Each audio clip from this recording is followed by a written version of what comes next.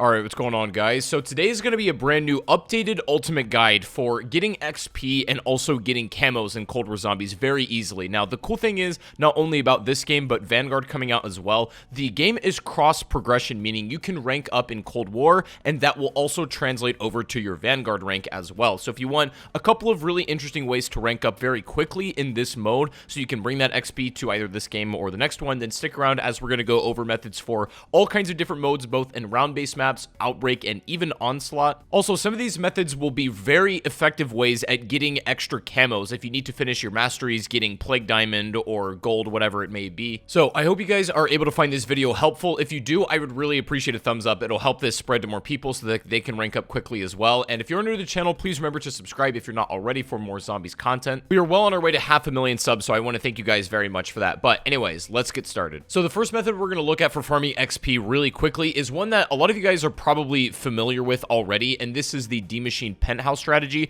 Now, I'm going to be spending less time talking about the actual setup and how to run the strategy, and more ways to optimize this and how you should best spend your time to get the most amount of XP for your time. So first things first, there's something quite weird right now about Cold War XP, where it seems like there is a certain cap on the amount of XP that you can gather per minute. So technically speaking, if you do the same round exfil on Machine using the strategy, let's say you exfil at round 30, for example, you may get less XP if you do it too quickly rather than if you took your time and killed slower a little bit. And of course, I think this goes without saying, you can play the strategy as long as you want to, but at some point in the high rounds, you're definitely going to see some diminishing returns as far as XP. If you just want to play the game and get as much XP in one single match, then it is absolutely worth pushing past round 55 and just keep on playing. But at that point, you are going to start to see at least some degree of diminishing returns. Now, another thing you'll definitely need to know is PlayStation players, the more people you party up with on PlayStation, you'll also be given an additional XP multiplier with each individual player on that platform. So everybody who is currently on PlayStation and trying to rank up quickly,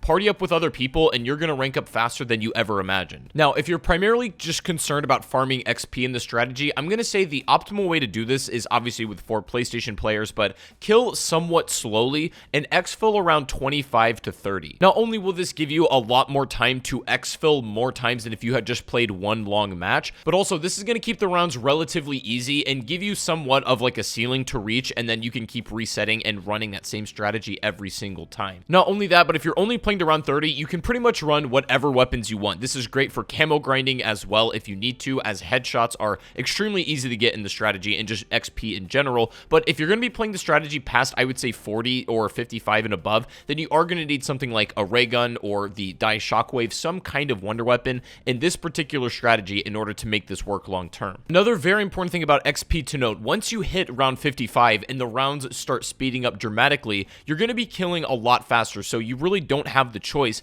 to slow down your killing to get that like maximum and optimal amount of XP per minute. However, one of the big downsides to this strategy, if you're camo grinding and specifically you need to fight a lot of elite enemies, you're not going to get it very quickly in Machine. This has one of the like lowest rates of special enemies or elites that you're going to come across. The only thing that really exists is megatons, to be honest, and you're going to get them every 5 rounds or so. So I wouldn't really focus on this map if that's what you're going for. You can try a different strategy that is somewhat similar in its setup, however, on a different map. This is the Forsaken Truck strategy, and I guess sort of the same deal with Machine. This one is a little bit less well suited to 4 players. It's significantly more optimal for solos or even 2 to 3 players, but 4 is a little bit difficult to manage on this truck at that point. I'd probably recommend the pizza strategy. Now, there are a few things that are inherently different and potentially even better than the Machine strategy. First of all, this one runs a lot slower as there are farther away spawn locations and more of them. It takes zombies longer to get to you, meaning you're not going to burn through them too quickly where you're not going to hit that like XP per cap minute. Whenever I've played it, Forsaken seems to have the best overall pacing if you really want to optimize your time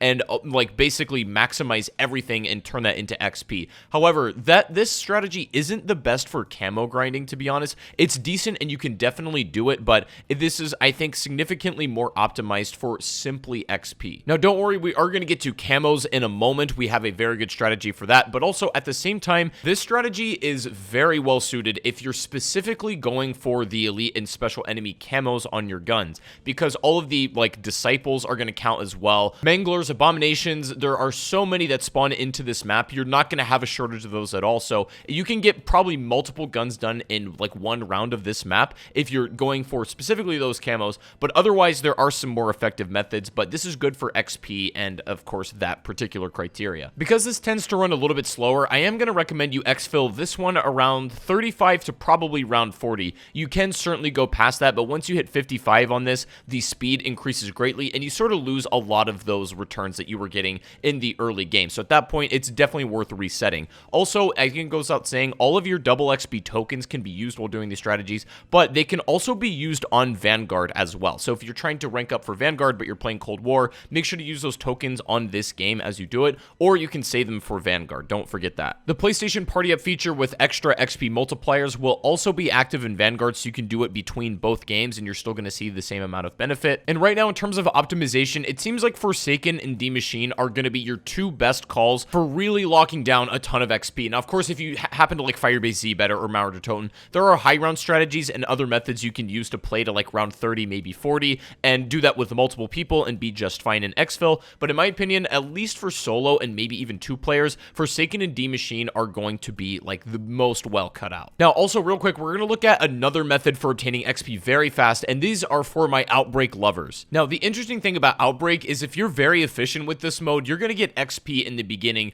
probably a lot faster than you're used to. However, early rounds in Outbreak, you get tons of XP, but also at the same time, that means it seems to fall off a lot harder in the high rounds. So in my opinion, Outbreak is best played in rounds maybe 1 to 10. And if I'm keeping it completely real, even round 10 is a little bit high for like the amount of XP that you need to spend time doing. Unfortunately, it's a little bit harder to predict exactly what challenges you'll be doing because some you can just literally get done quicker than others, and it's really not up to your control. Totally RNG. But the only thing you really want to work on for the most part is just doing the main quest of the map. The side quests will grant you extra amounts of bonus XP, but they're really not worth the time to go after and get them if you're simply farming XP. Another good thing though about Outbreak is every single kind of elite and special enemy spawn to some degree in this mode. So if you're looking for something in particular or just want a lot of those enemies, it's also good for camos. Anything past around 5 or 6 though, I'm gonna say it's not worth it to fight these enemies with your like regular loadout gun for the most part. As much as I love Outbreak and it has a lot of utility for like getting camos and things like that, and it's just a fun game mode in general,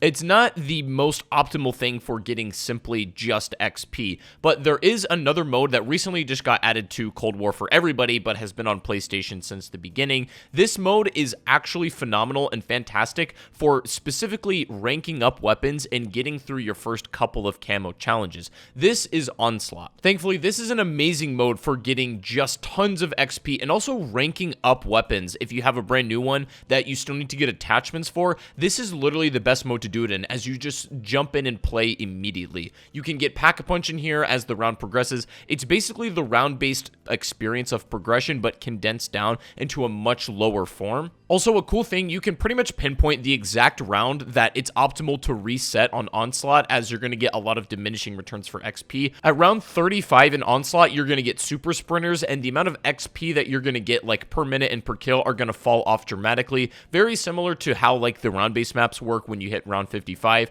Toxic Growth is by far the best specialist to run or field upgrade to use in this mode as well, so certainly consider that unless you're using another one for a particular reason. Now, the one thing you're missing in this mode, however, is a chance to win the game. There is no exfil in Onslaught. It's literally go until you die. However, in most cases, if you're playing past round 50 in Onslaught, you're most likely going to start to get some invisible zombies. Your game will be broken by that point, and you may as well reset. But if you want the most amount of XP returns on this, I say play to round like 20, 25, and then reset, especially if you're just working on upgrading and ranking up weapons as well. Now, lastly, I'm going to show you guys a really interesting camo slash like XP spot you can get into on Firebase Z. Whatever weapon you're using, make sure you have the slide speed increase attachment on, because you're going to need it for this. And just disclaimer, this could be patched at any point, but you're going to want to slide into Dr. Peck's office, pause just before you hit the wall, and then unpause with PhD slider fully upgraded, and it should put you behind the barrier, assuming you have all of these particular perks and also the slide speed attachment. And once you're behind here, you can literally just shoot through the window and kill as many zombies as you want. Literally nothing can touch you. Mimics can't grab you. Manglers can't shoot you. It's actually broken. second. If you're here for the long haul, I recommend fully upgrading your gun to Pack-a-Punch Tier 3 and having all perks before you go in, but the important ones, I would say, are obviously the 3 you're seeing on screen, but also Death Perception, and possibly even Deadshot if that's the particular challenge you're going for. But you'll get a lot of XP during this, but you'll also have Assault Waves every so often that you really can't go out and defend. Now, you can leave the spot and get back in, but sometimes it can be a little bit tricky, but it's far more effective for getting camo farming and getting like Plague Diamond, things like that, than it is for XP. There's, you know, way more far optimized modes that we covered at the beginning of this video, but either way, it can still work. I wouldn't recommend doing that one with 4 players either. It just doesn't seem very optimal to me. But now, if you made it through this point of the video, you have a variety of methods for ranking up very quickly in Cold War Zombies, and then even translating that XP over to Vanguard. Now, I am going to make another XP guide when Vanguard comes out as well for playing that particular game, so make sure to stay tuned in and stick around for that. But anyways, that's going to be it for the video today, guys. If you enjoyed, make sure to drop a like, subscribe if you're brand new, and also, I do stream zombies on Twitch. If you don't follow me already, please make sure to do that as well. Link is down below in the description, but I hope you guys have a great rest of your day, and I'll see you all on the next stream or the next video. Take it easy, and peace out.